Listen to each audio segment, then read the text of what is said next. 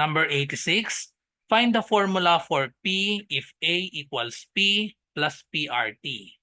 Letter A, P equals A minus PRT. B, P is equal to A divided by 1 plus RT.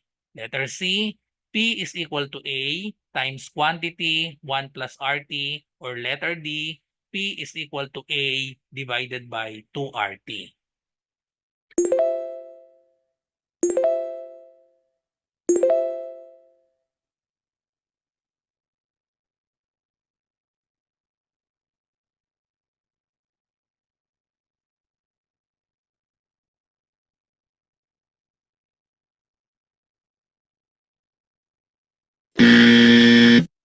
The correct answer is letter B.